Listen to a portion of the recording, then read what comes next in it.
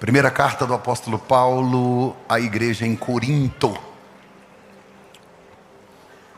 capítulo 12, verso 4 a seguir.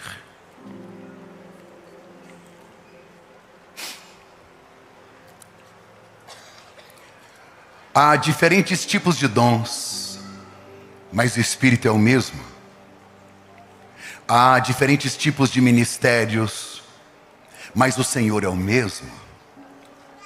Há diferentes formas de atuação, mas é o mesmo Deus que efetua tudo em todos.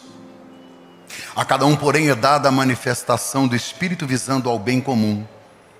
Pelo Espírito, a um é dada a palavra de sabedoria, a outro, pelo mesmo Espírito, a palavra de conhecimento, a outro, a fé. Pelo mesmo Espírito, a outro, dons de curar, pelo único Espírito, a outro, poder para operar milagres. A outro, profecia, a outro, discernimento de espíritos, a outro, variedade de línguas e a outro, interpretação de línguas. Todas essas coisas, porém, são realizadas pelo mesmo e único Espírito, e Ele as distribui individualmente a cada um, como Ele quer. Amém. Eu sei que eu li numa versão e no telão estava outra, e foi intencional. Eu tive o privilégio de congregar na Assembleia de Deus no Jardim Vila Boa. Da minha infância até a minha vida adulta foram longos anos. Lá eu conheci a Susan, lá eu me encantei por ela e tomei a melhor decisão da minha vida, que foi casar com ela. Nós ainda éramos jovens recém-casados e eu já liderava. Para você ter uma ideia, eu fui líder de jovens. Até que Deus me deu o livramento. E depois eu fiquei só pregando mesmo para jovens, mas eu não liderei mais. Só avisar o pessoal do YouTube, chama ironia. Calma, calabreso, vai devagar, calma. É ironia, calma. Mas eu fui superintendente de escola dominical. Aprendi muita coisa lá, sabia? Muita coisa sobre igreja. Para você ter uma ideia, eu trabalhava ajudando a fazer massa de cimento, de concreto, carregando cimento, tijolo, carregando ferro, ajudando na obra, carregando entulho. Tudo que você pensar, ajudando a lavar a igreja, limpar a igreja. Toquei. Fui baterista, até que um dia eu converti, aí vocês acham bom, né? Comecei a fazer a escola teológica. Eu louvo a Deus por esse tempo. Foi muito especial, de verdade. Foi muito bom. E eu me lembro que, bem nessa época, surgiu uma jovem senhora de uns 30 e poucos anos que ela começou a profetizar na igreja. Eu não sei se você se lembra daquela época, da nossa época. Aquela época que a gente cantava assim: ainda que pra ti ser. Sabia que você revelou sua idade?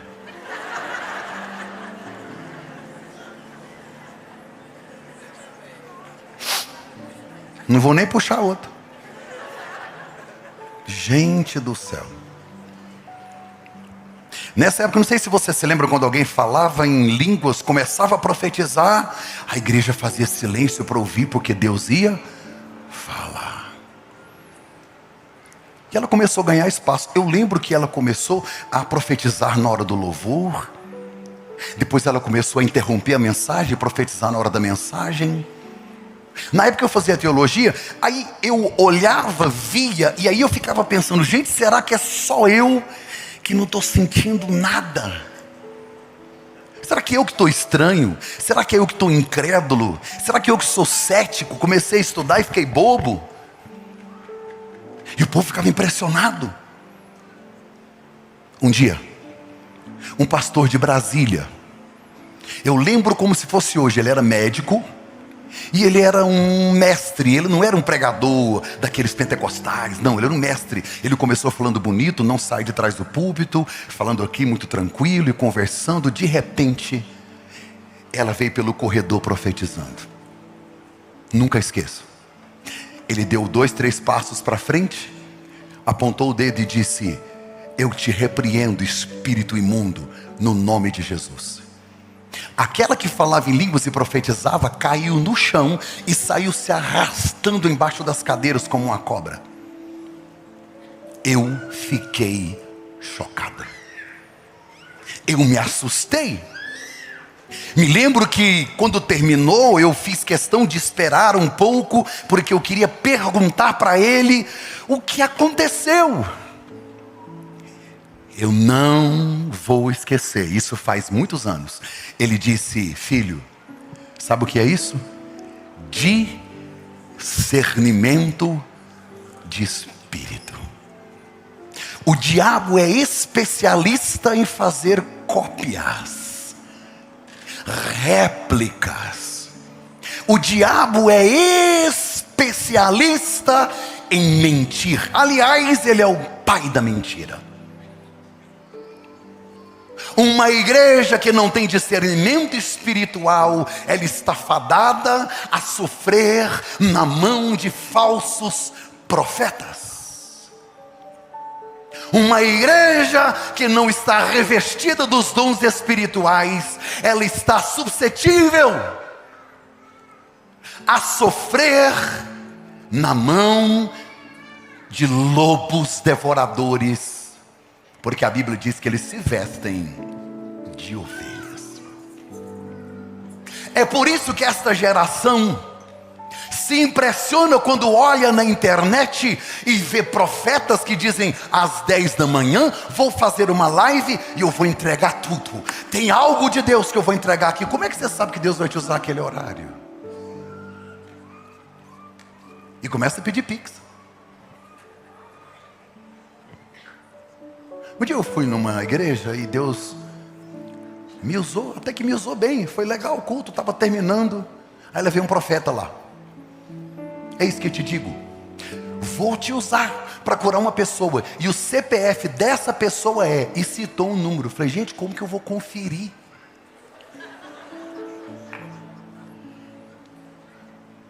Isso é adivinhação.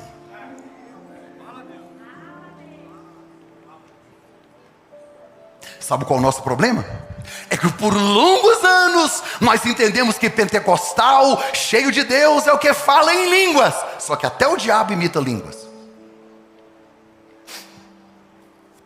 Nós valorizamos tanto o falar em línguas, que deixamos no ostracismo, às margens, no esquecimento, 9 dons de uma igreja que precisa dessas ferramentas. É por isso que está cheio de gente que acredita em meninice. É por isso que está cheio de gente que acredita em coisas que são assim, estarrecedoras. Um dia, tinha um cara pregando. Eu não vou falar o nome não, e nem da igreja, nem de nada, porque está filmando. Vamos lá. Esse trem vai dar ruim, mas eu vou falar, vamos lá. Ele disse: eu vou contar até 10. E tudo que tiver de demônio vai manifestar. Quando ele falou 10, o cara traz. Manda trazer. Eu nunca vi demônio sorrir, mas ele estava assim. Eu acho que recebeu um pix, ele estava.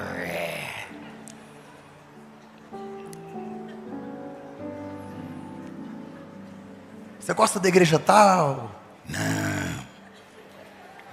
Você gosta da igreja tal? Não. E da igreja tal eu gosto. Por quê? Porque deixa eu falar no microfone. Por que você entrou nele? Porque ele não entrega dízimo. É.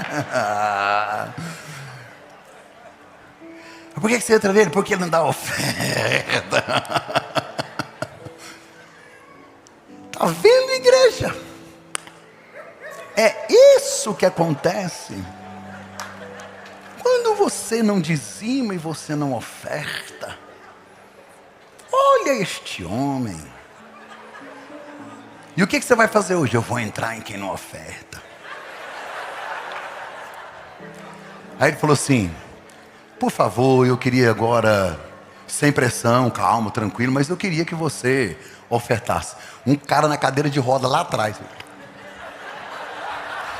Mas ele parou numa velocidade aqui na frente, falou, rapaz, se o cara em pé, endemoniado, imagina eu nessa cadeira aqui, vou rodar aqui até eu vou nada. Você é louco, não compensa, não dá não. Sabe o que me assusta? É que tem gente tão simples que acredita nisso. Você sabe que tem gente que acredita que um pouquinho de sal ungido resolve um problema?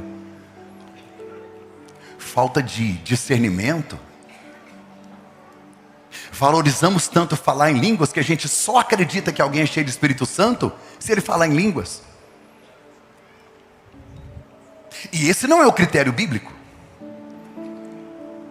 Hoje nós estamos encerrando a série do Espírito Santo. Eu gostaria muito de ter pelo menos mais 2, 3, 4, 5 domingos para falar, por exemplo, sobre os dons ministeriais, para falar sobre blasfêmia contra o Espírito Santo e outras coisas. Mas fiquem tranquilos, vem aí. Novos episódios. Próximos capítulos. Como é que chama na Netflix? Numa nova temporada. Eu sou conhecido nessa cidade como pastor Netflix. E eu não estou nem aí, é bom porque dá engajamento. Nós analisamos à luz da Bíblia Sagrada no primeiro domingo que nos encontramos em fevereiro, no dia da ceia, quem é o Espírito Santo. De maneira errônea, muitas pessoas entenderam que o fato da teologia ter registrado na história terceira pessoa da Trindade, fizemos uma escala de hierarquia e colocamos ele em terceiro lugar. E ele não é terceiro. Não é terceiro lugar. É Deus Pai, Deus Filho e Deus Espírito Santo. Não há diferença. Ele é Deus. Ele tem a essência do próprio Deus. Ele é eterno, ele é onisciente, ele é onipresente. A Bíblia nos trouxe isso e eu li versículo por versículo.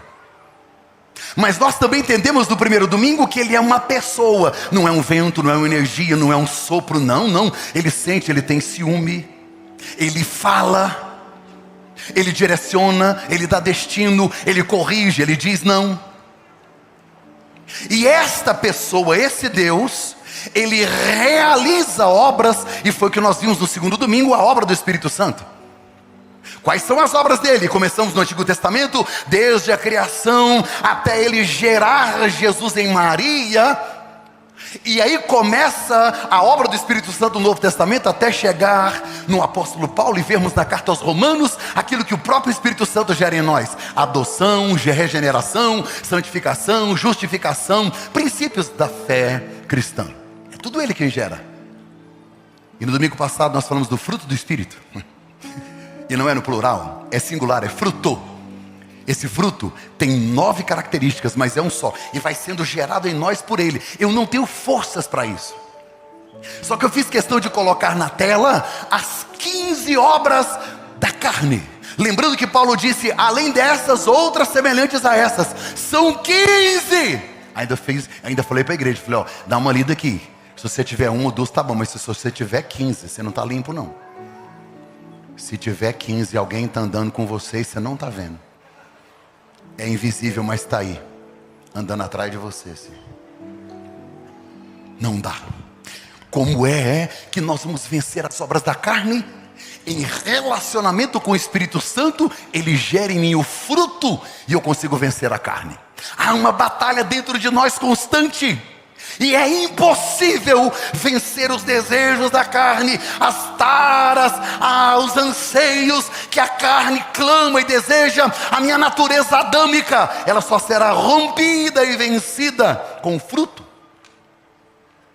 E hoje, de maneira clara e muito rápida, eu estou tentando ser o mais simples possível, porque temos novos convertidos, e aí eu peço desculpa aos teólogos, eu não vim falar para vocês, vocês já sabem. Se quiserem ler outra coisa e ir para casa, fiquem à vontade. Hoje eu vou falar sobre os dons. O que são? Para que serve? A gente só fala língua estranha, língua estranha, língua estranha, e a gente esquece dos dons. Nós pentecostais valorizamos tanto isso que você só acha que alguém está cheio do Espírito Santo se ele falar em línguas. E às vezes não é. Quer ver uma coisa? Se eu subir aqui e falar: meus irmãos, a paz do Senhor, vocês estão bom? Pessoal sentado: ih, não tem unção não. Mas deixa alguém subir aqui e falar: meus queridos, nesta noite a palavra.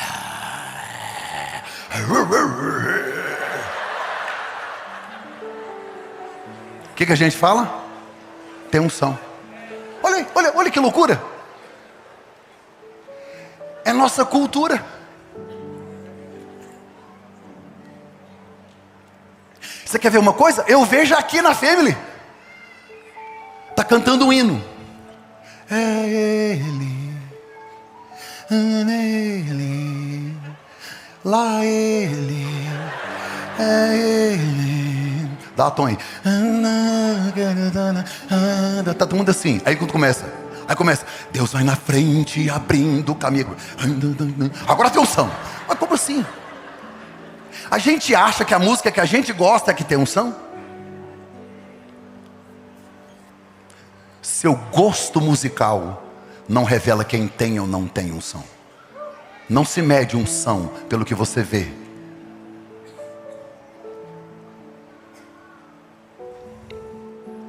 Os dons do Espírito Santo são uma capacitação divina para nós como igreja. Imagina que o Espírito Santo tem 9 ferramentas. 9. Para que a gente execute a obra, Ele tem 9 ferramentas para que eu produza, para que eu gere, para que eu faça algo de relevante no reino. 9 ferramentas que eu posso receber dele, 1, 2, 3, eu não sei, mas para que eu possa executar aquilo que Deus me chamou a fazer, abençoar alguém, transbordar, edificar o reino, e eu fico só uma, língua. É por isso que está cheio de gente morta. A palavra dom é literalmente isso, presente. Presente.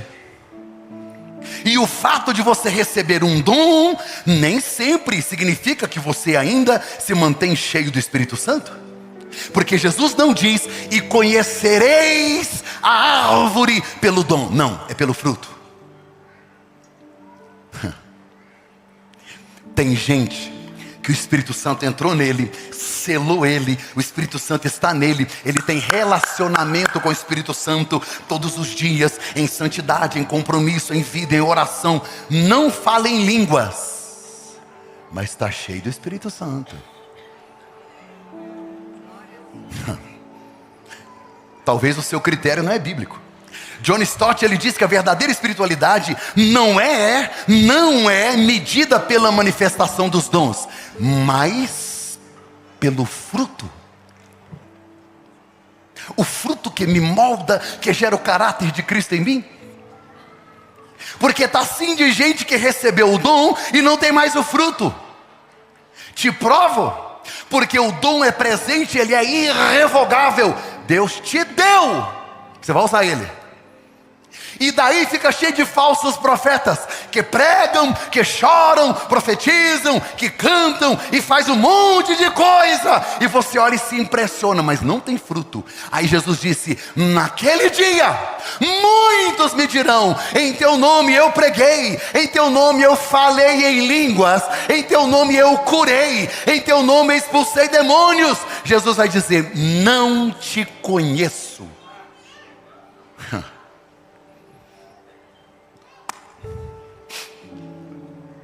O capítulo 12 que eu li tem a lista dos dons. Diga comigo, lista. Então a lista está aqui. Só que de repente, Paulo entra no capítulo 13 falando do amor. Do nada. O amor é isso, o amor é aquilo. Já viu?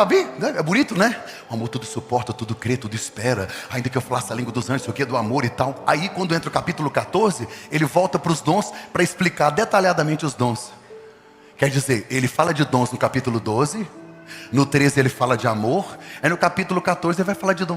Será que ele é TDA? Vacilou, hein? Do nada. O que tem a ver? Tudo. A igreja de Corinto estava vivendo a pior fase. Corinto é uma cidade que fica mais ou menos 50 quilômetros de Atenas, a capital da Grécia. Está lá na Europa. Ainda tem Corinto lá. Inclusive tem algumas escavações com descobertas de possibilidades, lógico, né, de esclarecimentos arqueológicos de que Paulo esteve por ali e outros daqueles da igreja primitiva. Corinto estava uma confusão na igreja. Por exemplo, as pessoas estavam vivendo uma vida dupla, bipolaridade gospel.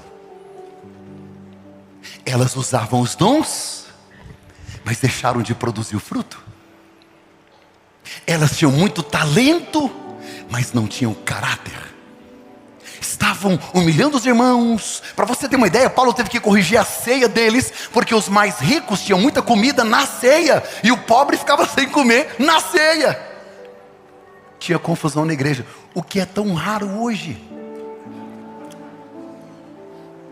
A família não tem confusão.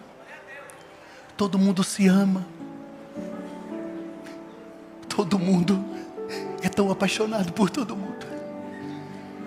Ninguém reserva cadeira para ninguém. Ninguém reclama das portas que não abrem. Ninguém fala porque não conseguiu escrever para o Cláudio Duarte.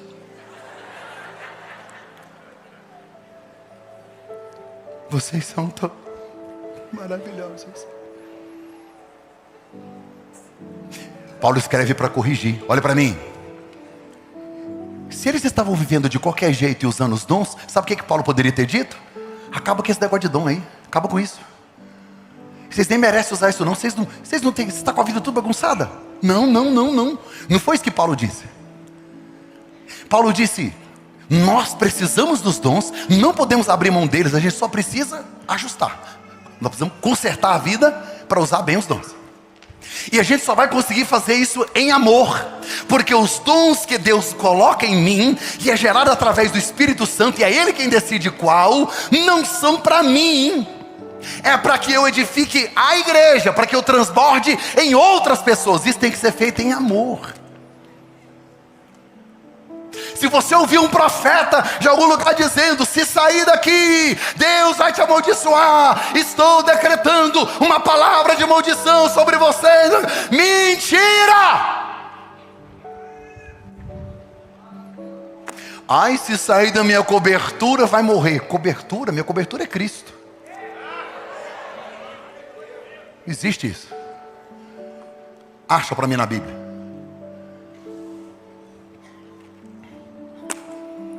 Os dons precisam ser exercidos em amor. Qual que é o propósito dos dons? Capacitação sobrenatural. É uma ferramenta. Eu posso fazer a obra sem os dons? Posso. Só que o meu esforço é muito grande. Estou fazendo por mim mesmo. Eu estou me esforçando. Porque eu quero demonstrar alguma coisa, vou fazer, eu quero status, eu quero posição, eu quero uma consagração, qualquer coisa. Agora, o dom espiritual, conforme o N. Gruden, eles são expressões da graça de Deus que me permite, ou permite que os crentes participem ativamente com ferramentas poderosas para o reino de Deus. E são distribuídos conforme a graça e a decisão do Espírito Santo.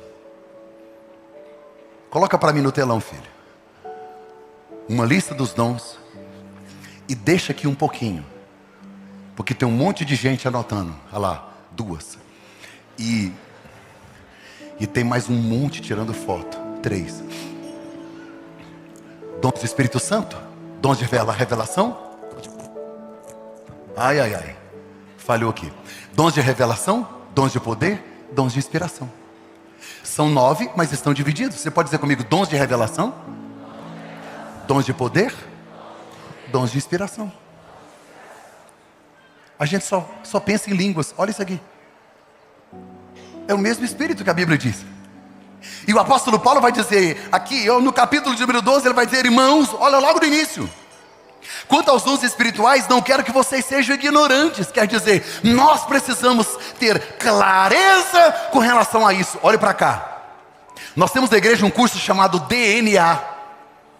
Nós cobramos das pessoas que querem batizar para que façam o curso do DNA, que é conhecendo Deus da essência, os primeiros passos. Você sabia que esta matéria é matéria do DNA? Então, se você está aqui, já é batizado ou nem quer batizar, mas quer conhecer mais sobre Deus, vem para o DNA.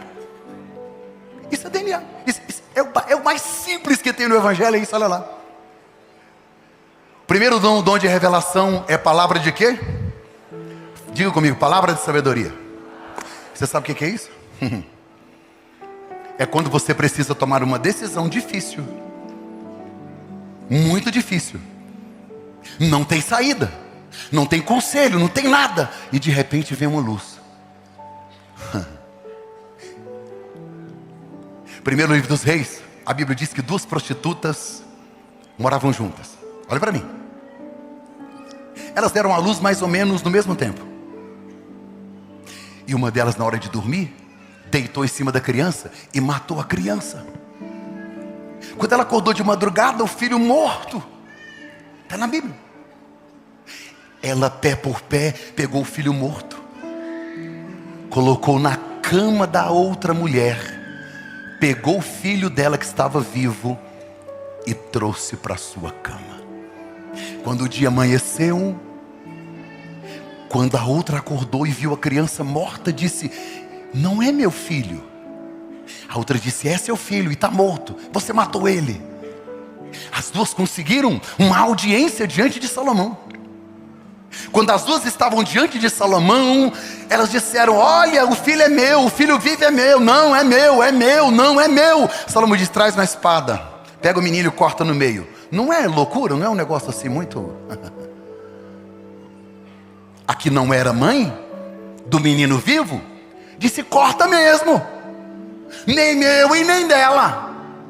Pode pegar a espada e corta esse menino. A que era mãe de verdade disse: meu rei, deixa eu te pedir uma coisa, não faça isso. Eu prefiro o meu filho vivo na mão de outra mulher do que ele partido ao meio nas minhas mãos. Salomão disse: já sei quem é a mãe. Sabe o que é isso? Palavra de sabedoria. Quer ver mais do que a palavra de sabedoria? É quando Deus compartilha com você algo que vai acontecer com alguém no futuro.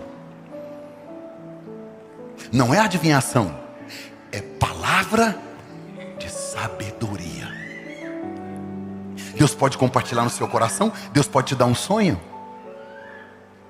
A Bíblia diz que Faraó sonhou.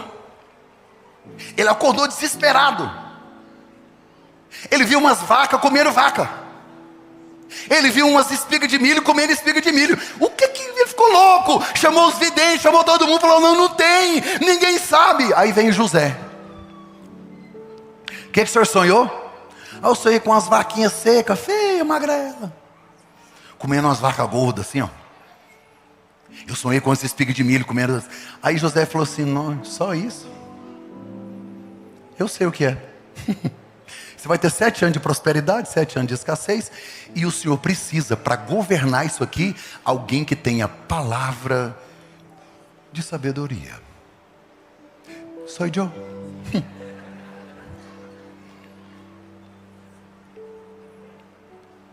Deus mostra muita coisa para Susan em sonho. Então quando ela acorda e diz: sonhei com você,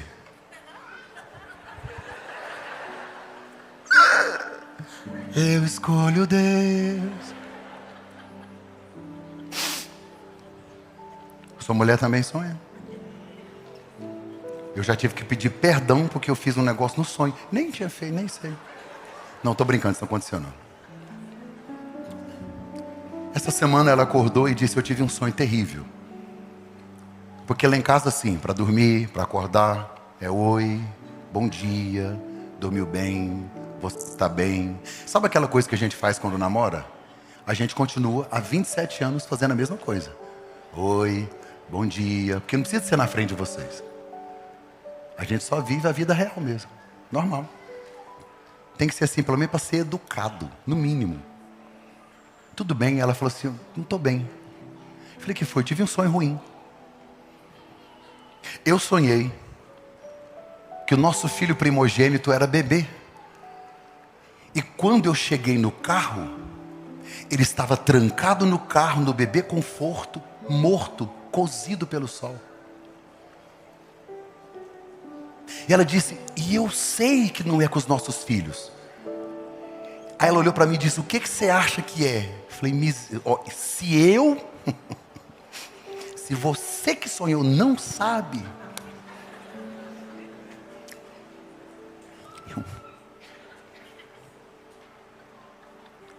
Sabe o que ela fez? Pegou o celular, mandou um áudio no grupo das irmãs. Ela disse: queridas irmãs, eu tive um sonho assim, assim, assim. Vou pedir algo para vocês. Cuidado com as nossas crianças. Talvez você tenha uma rotina diferente, não tenha a mesma rotina e acaba esquecendo a criança no carro. Pode acontecer. Se você vai fazer um trajeto de 20 minutos, coloca um celular para despertar. Ela deu orientações. Ela falou de manhã, na hora do almoço, a notícia: uma criança em Goiânia morreu desse jeito, dentro de um carro. Você sabe por que essa informação não chegou lá? Porque a gente tem medo de usar o dom, de ir para a rede social, botar a cara. Porque se ela vai na rede social e fala, talvez a mulher teria lembrado, visto, a criança estava viva. Quer dizer, não aconteceu nada. Ela ia ficar como doida, porque não aconteceu nada. Será que não é um alerta do Espírito Santo para nós como igreja, dizendo: eu tenho dons disponíveis para mudar essa cidade? Deus não precisa de uma multidão, basta apenas um homem e uma mulher corajoso e corajosa, cheia do Espírito Santo, para impactar uma nação inteira. Palavra de sabedoria. Mas além da palavra de sabedoria, a Bíblia fala lá em palavra do conheci. Palavra de quê? Bem, se a sabedoria fala do futuro, o conhecimento fala do presente e do passado. Geralmente esse dom é com aquelas irmãs do coque, que fala do passado, que quando ela vem andando por rumo da gente, a gente sai lá. É a capacidade de receber informações que só o Espírito Santo tem, e que vai falar do passado ou do que está acontecendo agora. Para quê? Para que você possa ter acesso ao coração da pessoa. E o propósito é pregar o Evangelho. Só isso. Toda ferramenta que Deus te dá tem como propósito edificar a igreja ou pregar o Evangelho. Só isso. Não é para você se achar: ó, Deus me mostrou um negócio sobre você, hein? Mas eu não vou falar.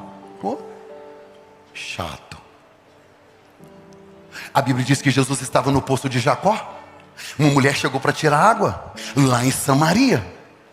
E aí os dois começaram a conversar. Ele disse: o senhor é judeu, não pode falar comigo, eu sou samaritano, não posso falar com você. E o que está acontecendo? E aí ela percebeu que Jesus era muito inteligente. E aí ela: o senhor é mestre, então faz o seguinte, vamos conversar de teologia. Vamos conversar de teologia. Os samaritanos dizem que a gente tem que adorar aqui em cima do Monte Gerizim. Os judeus dizem que tem que ser lá no templo. Eu queria que o senhor me explicasse como é que é essa parada de adoração. E ela falando de teologia. Jesus ficou olhando para ela e falou assim: cadê seu marido?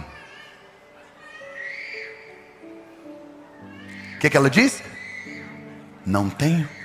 Jesus disse: isso mesmo, porque você teve 5 maridos, e o que você tem agora não é seu. Ela desarmou, ficou vulnerável. Jesus disse: eu tenho uma água, que se você beber dela, vai fluir como rios de água viva, daqui para a eternidade. É para isso que é o dom. É para isso. Quando você manifesta um dom, você alcança o inalcançável. Quando você manifesta um dom, até um ateu se converte. É isso que o Espírito Santo tem gritado na minha alma. Nós precisamos nos mover nos dons. Tem igreja que eu vou, eu sei, eles não acreditam, são meus amigos. E eles são cessacionistas, quer dizer, os dons cessaram lá na igreja primitiva, hoje não tem, hoje não funciona. Se você está aqui me assistindo e você é cessacionista, você não vai gostar da Family, porque aqui a gente crê nos dons, crê no poder, e nós entendemos que vamos mover nos dons, nós vamos nos mover nos dons, nós vamos. Eu fui numa igreja um dia, e eu pregando, eu falei: pensa numa igreja fria. Estava tão fria que eu coloquei uma jaqueta. Eu fechei os olhos, quando eu abri, a Frozen passou. E ela cantava, let it go, let it go. Eu falei, meu Deus, que frieza é essa? Eu não quero isso para a família. Eu tenho um sonho. Eu tenho um sonho da gente se mover no profético. Eu tenho. Aqui não falta palavra, não falta louvor. Acho que está faltando busca de intimidade com o Espírito Santo para entender quais os dons nós vamos manifestar nessa cidade. Ninguém fala mais sobre isso. Quem quer falar sobre isso? A gente fica atrás de profeta na internet que entrega chave, entrega recado, que entrega não sei o quê, e a gente fica correndo atrás disso. Tem gente que tem profeta tiracolo. Não, eu dou uma oferta para esse profeta, ele anda comigo, e aí é ele quem profetiza na minha vida. Não é isso que Deus quer. O Espírito Santo quer que você tenha dons, e não que você compre um dom. Quem compra dom já vendeu o caráter. Francis Chan diz que o Espírito Santo revela o que está oculto. Não é para entretenimento, é para edificação. Não é para fazer graça. Um dia eu vi um cara falando com um anjo.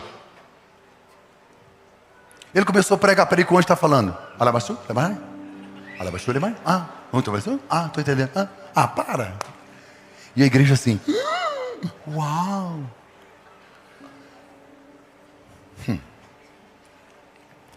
Palavra de sabedoria, palavra do conhecimento. O último é o quê? Discernimento é a capacidade de discernir a fonte por trás da ação. Lembra que eu contei no início?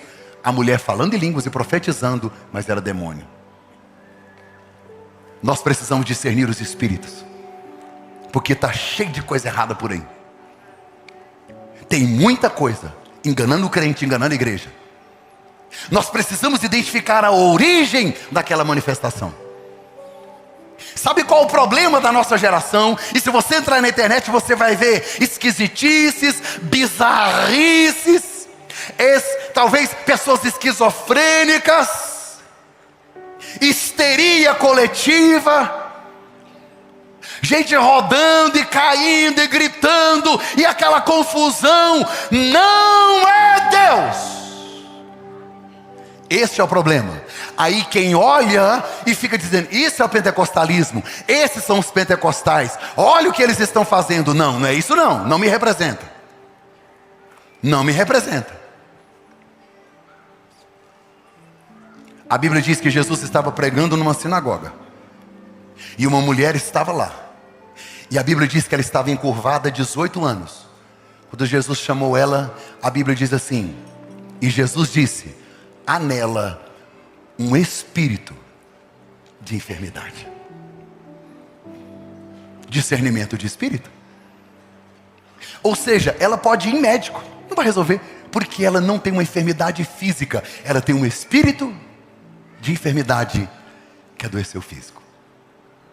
Ei, nem tudo é demônio, mas eles não deixaram de existir. Como eu gostaria que nós tivéssemos discernimento de espírito, para quando um filho seu chorar de madrugada, você levantar e saber imediatamente se ele está com dor, se ele está com sono, se ele está com fome, se ele está doente, ou se ele está vivendo uma perturbação. Deus precisa levantar entre nós pessoas que não querem só ficar falando em línguas, ou se apresentando na igreja, ou escondendo atrás de uma espiritualidade doente. Não, discernir os espíritos. João, escrevendo na sua primeira carta, capítulo 4 e verso 1, João diz, amados, não creiais em todo tipo de espírito, mas provai os espíritos, para ver se eles são de Deus. John Stott diz que nem toda experiência espiritual é divina. Vamos para o meio aqui que meu tempo está esgotando. Diga dons de poder. Diga fé. Fé é um dom? Também é. Sem fé é o quê?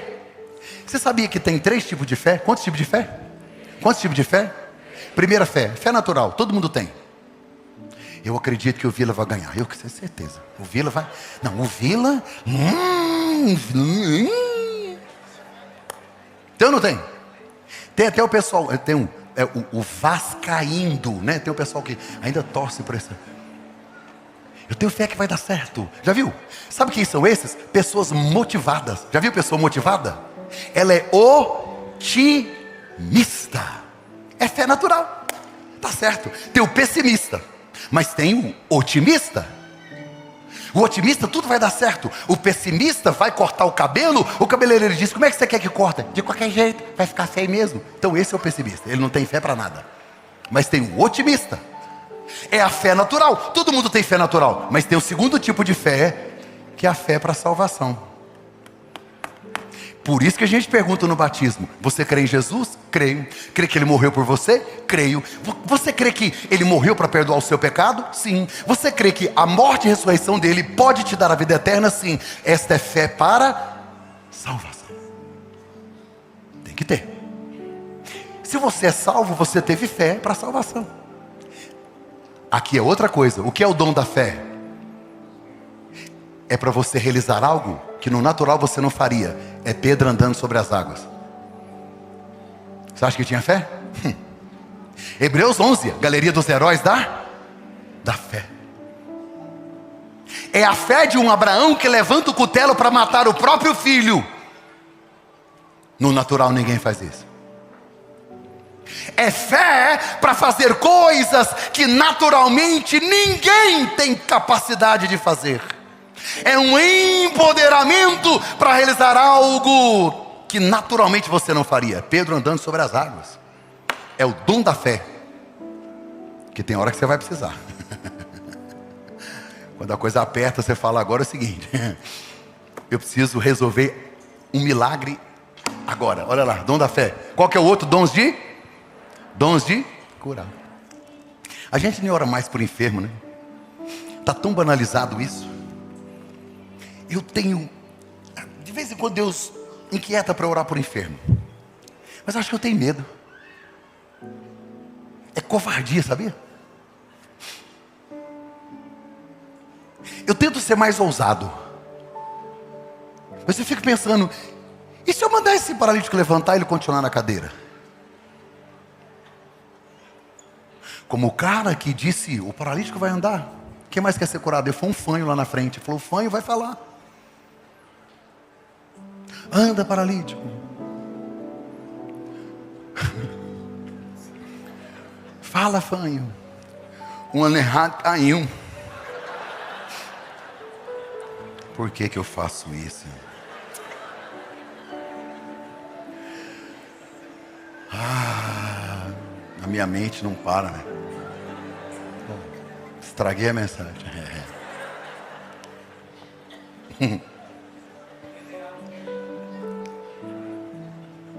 Eu ainda acredito no dom da cura, sabia?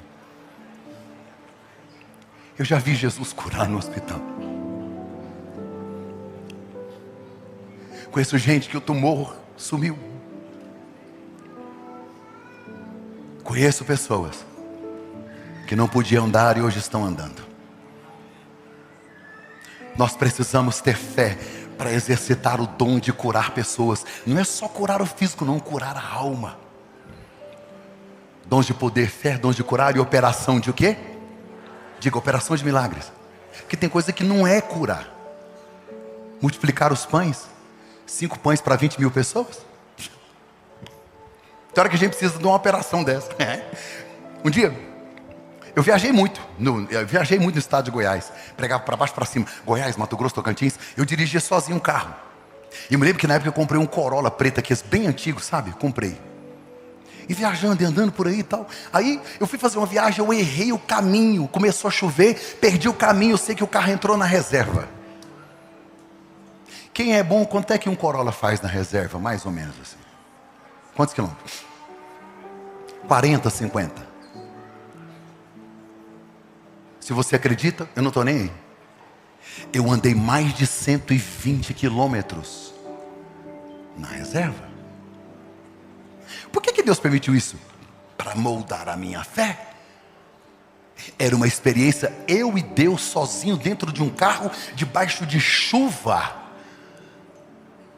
Por que não? Agora tem gente que é igual aquele moço que estava na estrada. Quando ele andou metade do caminho, a gasolina acabou, estava tarde da noite, ele sozinho, ele disse: Senhor, coloca gasolina nesse carro. Eu creio que o senhor vai encher esse tanque aqui. Quando ela abriu o olho, que ele girou o tanque fez. Ele bateu a mão na testa e falou: não acredito.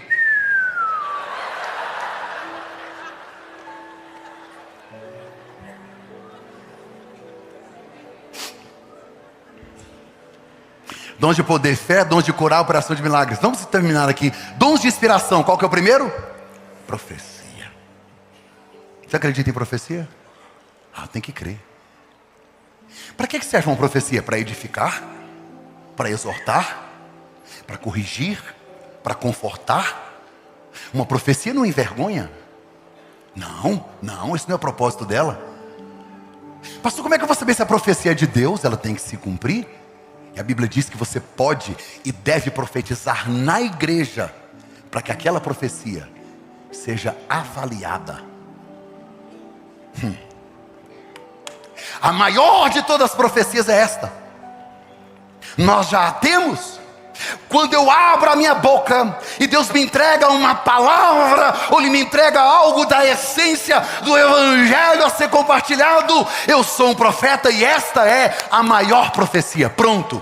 E as outras têm que passar pelo crivo desta. Mas eu preciso acreditar em palavras proféticas, porque elas dão destino.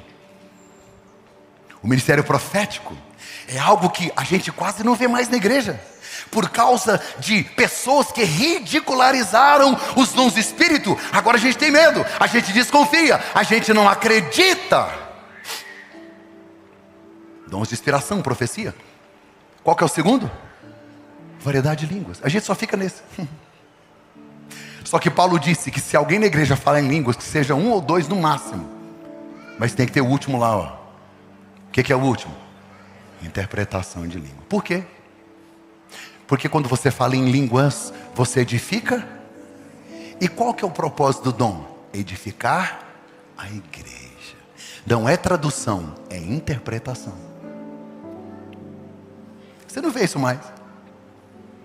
Parece que ninguém pensa nisso mais, não fala nisso mais. Nós estamos ouvindo muito teólogos de internet, os sensacionistas. Para quê? Isso não serve para nada. Para quê? São ferramentas? Para que eu vou fazer a obra de Deus com o meu esforço próprio? Só com o meu talento, com a minha aptidão, com a minha habilidade? Se eu posso usar meios sobrenaturais para desenvolver aquilo que Deus me entregou? Variedade de línguas, interpretação de línguas. Olha para cá. Eu vou encerrar te explicando algo que eu preciso comunicar a você. Sabe qual é o nosso erro como pentecostal? É que a gente acha que batismo com o Espírito Santo é só falar em... Você acha que é? Não limite o Espírito Santo. O dia que você aceitou Jesus, a Bíblia diz que foi Ele quem te adotou, gerou em você santificação, regeneração, adoção, justificação. E o texto que eu li no domingo passado, Ele selou você, Ele entrou em você. Se o Espírito Santo entrou em você, o primeiro batismo você já recebeu. Está assim de gente que não fala em línguas, mas já foi batizado pelo Espírito. Pastor, mas falar em línguas não é o batismo? Não, também é uma nomenclatura só. O problema é que você não pode limitar Deus a só isso. Porque está assim de gente, presta atenção, quantos dons são? Quantos dons são? 9. Então quer dizer que a pessoa só foi batizada se falar em línguas, e os outros? Tem gente que não fala em línguas, mas tem palavra do conhecimento. Como é que uma pessoa tem palavra do conhecimento e não foi batizada? Sabe o que é batismo? Imersão, mergulho. Alguém cheio do Espírito Santo, talvez nem tenha o dom, mas gera fruto. Está cheio. Quando a Bíblia diz enchei-vos do Espírito, não é falar muito em línguas, mas é ter relacionamento com Ele para permitir gerar o fruto e ser usado em algum dom que Ele pode compartilhar. Então, o primeiro batismo é quando você é salvo, regenerado. Mas em Atos capítulo 1 e verso 8 diz que há um revestimento, quer dizer, Ele te veste de novo, mergulha de novo. Eu vou encerrar. Nós precisamos buscá-lo. Em Atos capítulo 1 a partir do verso 4. Jesus disse: não saiam de Jerusalém, mas esperem pela promessa do meu Pai, da qual eu vos falei. Pois João batizou com água, mas dentro de poucos dias vocês serão batizados com o Espírito Santo. Que promessa! Aí Jesus vai explicar por quê. Verso 8: mas vocês receberão o dínamos, o poder, o power do Espírito Santo. Vai descer sobre vocês e tem um propósito. Para que eu vou ser revestido? Para que eu vou ser batizado? Para que eu vou imergir? Para que eu vou mergulhar? O texto diz: para que vocês sejam testemunhas em Jerusalém, Judeia, Samaria e até os confins da terra. A Bíblia diz que Jesus foi para o céu e deixou a promessa. Mas no capítulo 2 de Atos, eu queria que você colocasse no telão, filho, Atos capítulo 2, para eu encerrar. Eu passei por cima de tanta coisa. Vamos lá, põe no telão para mim, Atos capítulo 2. Quando chegou o dia, que dia? O dia de Pentecostes que Jesus prometeu. Quando chegou o dia de Pentecostes, estavam todos reunidos em um só lugar. De repente, veio do céu um som, como de um vento muito forte, encheu toda a casa na qual eles estavam assentados. Apareceram línguas de fogo, que se separaram e pousaram sobre cada um deles. Todos ficaram cheios do Espírito Santo. Todos ficaram cheios do Espírito Santo e começaram a falar em outras línguas, conforme o Espírito Santo permitia que se expressassem. Havia em Jerusalém judeus piedosos que procediam de todas as nações do mundo. Essas primeiras línguas foram entendidas. Pessoas de outras nações começaram a ouvir e dizer: ele está falando a minha língua. Entende qual que era o propósito da língua? É para que as pessoas ouvissem o Evangelho, cada um na sua língua, se conectaram naquela linguagem, entenderam, e 3.000 almas se converteram. E tem gente até hoje dizendo: não, pastor, mas aqui, quando aquele batismo lá, era para falar línguas conhecidas de outros povos, tá? Mas você já leu a carta aos Coríntios toda? Paulo diz: de todos vocês, quem fala mais em línguas sou eu. E ele não está dizendo de línguas que são compreensíveis. Não são línguas missionais. São línguas, literalmente, como a Bíblia diz, estranhas, que edificam a si mesmo. Eu não quero que você pare de falar em línguas, mas eu queria uma igreja que se movimentasse em todos os dons. Eu respeito muito as pessoas que têm dom, respeito muito, e eu sei quando tem. Aqui na igreja tem pessoas que têm palavra do conhecimento, palavra da sabedoria. Eu sei que eu tenho um chamado pastoral, posso ter até um chamado apostólico, mas existem dons que o Espírito Santo não me deu, e eu preciso respeitar aqueles que foram cheios por Deus, pela escolha do Espírito Santo, para se manifestarem alguns dons. Isso é igreja. Eu não sou detentor de nada, eu não sou dono de nada. Igreja é isso: quando vos reunis e vos ajuntais, um tem palavra, o outro tem, cada um edificando o corpo. Estavam todos no mesmo lugar, e todos eles foram cheios. Sabe qual é o conselho do apóstolo Paulo, a carta aos Efésios? Ele disse: não vos embriagueis com vinho, mas enchei-vos. Uma igreja cheia do Espírito Santo não é aquela que esquenta no culto, mas que queima na rua. Uma igreja cheia do Espírito Santo não é aquela que se envolve no manto, mas é aquela que agasalha quem sente frio. Uma igreja cheia do Espírito Santo não é aquela que grita entre quatro paredes, mas é aquela que brada o nome de Jesus fora das quatro paredes. O meu maior medo é que se a gente se acostume com tudo que Deus está fazendo e começa a mecanizar os processos, tantas músicas, prega 50 minutos, manda levantar a mão, manda sentar, faz isso, coloca uma música legal, um fundo. Eu não quero isso. Não. O meu sonho é um dia o Espírito Santo parar a minha mensagem e falar: já deu, que ninguém quer te ouvir mais, agora eu vou tomar essa igreja. Meu sonho é um dia eu ter preparado o esboço e gastado um mês preparando uma mensagem, que quando der 15 minutos, Espírito Santo, pode parar que ninguém quer te ouvir. Hoje eu vou começar a curar enfermidades. Eu tenho um sonho com isso. Eu tenho tanto sonho, tanta vontade que o Espírito Santo dá uma atrapalhada no culto, sabe?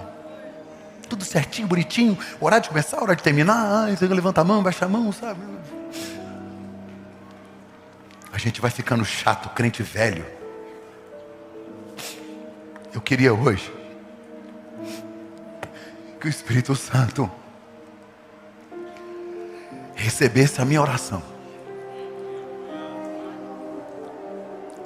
e nos batizasse com fogo, com graça,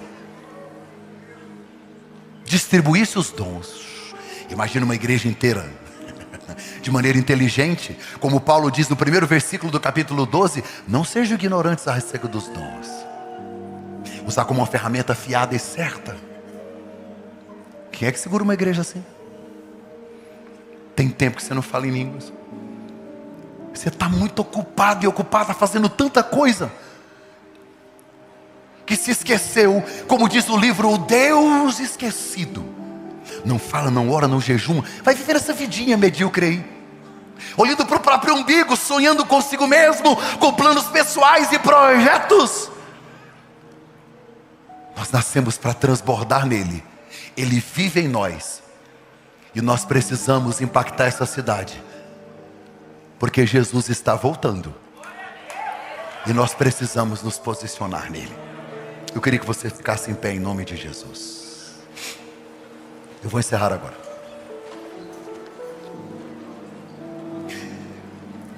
Posso pedir uma coisa? Coloca a mão no seu coração.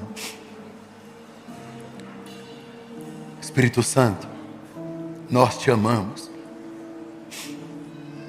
nós te adoramos.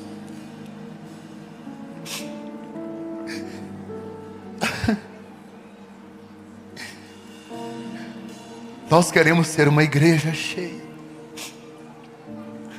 Livra-nos do orgulho, da vaidade. Gera em nós um senso de dependência do Senhor. Nossa vida seria tão mais simples, né, Senhor? Se nós permitíssemos manifestar os dons que o Senhor deu de presente. Oh, Espírito Santo, não apenas nos visita com os dons, mas gera em nós o fruto, para que a gente possa fazer a diferença nessa cidade, nesse país. Perdoa os nossos pecados, perdoa a nossa carnalidade, livra-nos de viver só para nós, mas nos ajuda a envolver-nos com o propósito, com a missão e com o projeto que o Senhor deu para esse tempo. Oh, Espírito de Deus, meu amigo Espírito Santo, vem sobre nós, vem sobre nós, vem sobre nós.